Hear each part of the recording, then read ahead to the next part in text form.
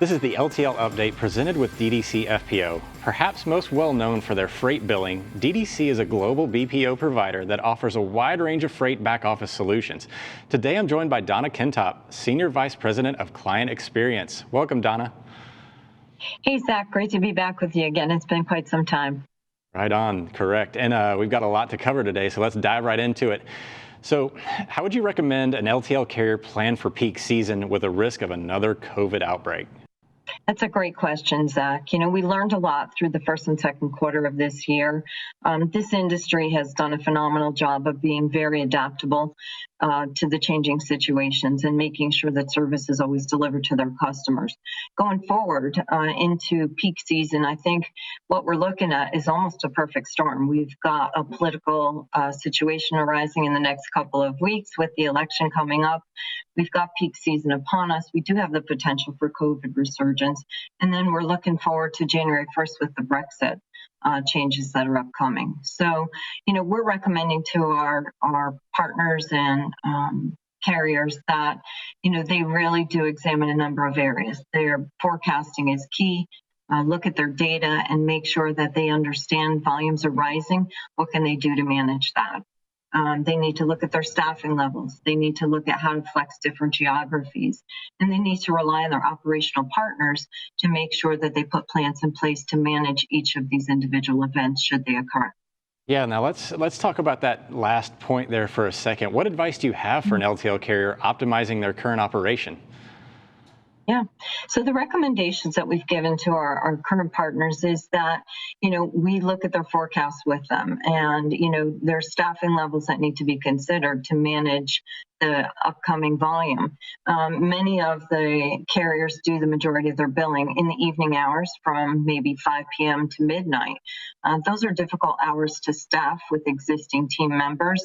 And so, DDC as a carrier partner, an operations partner, we have the ability with labor elasticity to expand and contract our staff quickly and work those prime hours without adding a great deal of overtime to the carrier's payroll. We're looking at potentially balancing and looking at the carriers to help us balance geographic volume. So maybe you put some volume in different locations that you haven't in the past, just to make sure that there are contingency plans in place and you utilize your work from home options and you utilize various geographic locations to always be able to deliver the service you need. So basically, go to a variable cost model for some of those staffing needs, especially as we're preparing for some surges and potentially some dips outside of the norm, correct? Yeah. Absolutely. Yeah. Looks like that peak season might last just a little bit longer this year. And so, we're trying to counsel our partners that, potentially they may be handcuffed, to some overhead comes first and second quarter that they don't want to be based on government regulations. So, to look to their operations partner to help fill the gaps and help them manage the valleys and peaks. Yeah, so you mentioned earlier in your topics about, how some of these other variables are going to impact the LTL environment. What are your thoughts on how Brexit is going to impact the global environment? Brexit is going to be interesting, due to the timing and very few decisions made yet.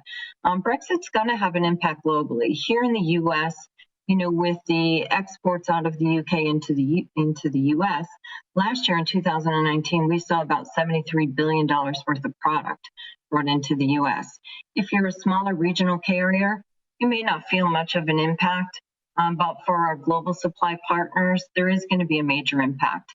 They're estimating about 400 million more customs documents will need to be processed next year.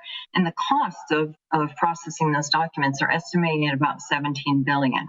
So obviously there's a lot of unknowns at this point in time, but we do see some level of impact here in the U.S.